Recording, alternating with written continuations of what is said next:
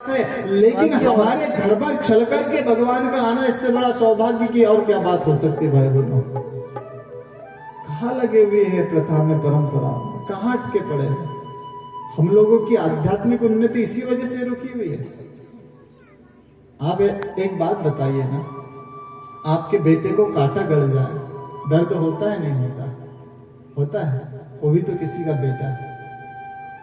अरे वो बेटा छोड़ दो, ये मनुष्य का जीवन जाने दो। 70 वर्ष 80 वर्ष के पश्चात जब वो आत्मा इस शरीर से मुक्त होगी, अगला लिफाफा भाइयों बहनों फिर किस रूप में हम लोगों का खुलेगा? फिर जलचर बनना पड़ेगा, नवचर बनना पड़ेगा, थलचर बनना पड़ेगा, या बकरी बनना पड़ेगा, या बकरा बनना पड़ेगा, मुर्गी बनना पड़ेगा, मुर्गा बनना पड़ेगा, किसी को नहीं पता। और हम स्पष्ट कहते हैं कि जिसने जिसके साथ जैसा कर्म किया है वो आज नहीं तो कल निश्चित रूप से भरना पड़ता है। निकलो भाई बहनों इस परंपरा से।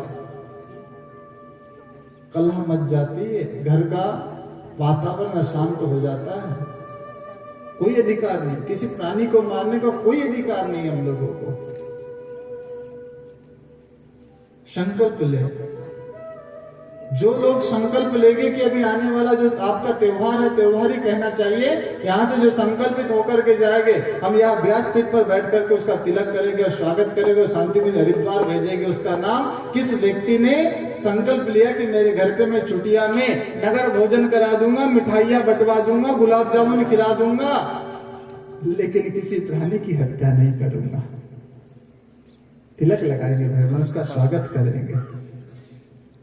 भगवान शंकर जी को पशुपतिनाथ कहते हैं। पशुपतिनाथ अर्थात जो पशुओं से प्रेम करता है, जो पशुओं का स्वामी है, वो पशुपतिनाथ। यदि उनके प्राणी भाई बहनों इस प्रकार से कष्ट में रहे, कठिनाई में रहे, तो उनको वास्तव में भगवान आनंद नहीं आ पाएगा। इसलिए निवेदन कह रहे थे कि जो सत्य है उस सत्य की मर्म को हम लोग पहचानने का प्रयास करें, उस सत्य की गरिमा को पहचानने का प्रयास करें। और सच्चित आनंद, भागवत जी का पहला श्लोक, सच्चित आनंद। आनंद किसे कहते हैं? आनंद जो बाहर दिखता है ये आनंद नहीं है। हम लोग बहुत जल्दी बोर हो जाते हैं भाई बहनों। बोर हो गए, बोले क्यों बोर हो गए? कोई अच्छा सीरियल नहीं आ रहा है, कोई अच्छा सिनेमा नहीं आ रहा है, इसलिए बोर हो गए। भाई बहनों, बोर होने का ये कारण नहीं है। आप लोग देखिए ना, बड़े बड़े कंदराओं में, बड़े बड़े गुफाओं में, हिमालय पर्वत पर उघारे वस्त्रों में कितने संत महात्मा लोग रहते हैं। तन पर पूरे कपड़े भी नहीं रहते, लेकिन आह्लादित रहते हैं, प्रसन्नता से अपना उनका वातावरण रहता है। क्यों? क्योंकि भाई बहनों इसलिए शांत है, वो इसलिए प्रसन्न है, वो इसलिए आनंद है, क्योंकि आनंद बाहरी जगत में नहीं, आंतरिक जगत में समाहित होता है।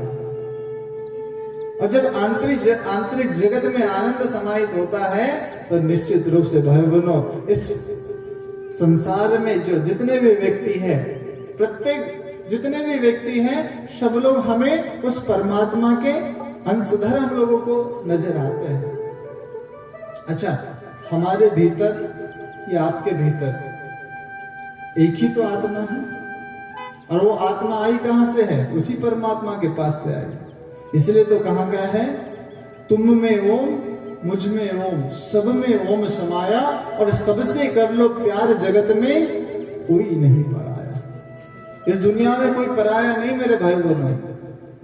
हम लोगों ने कोई ऐसा पत्र नहीं लिखा था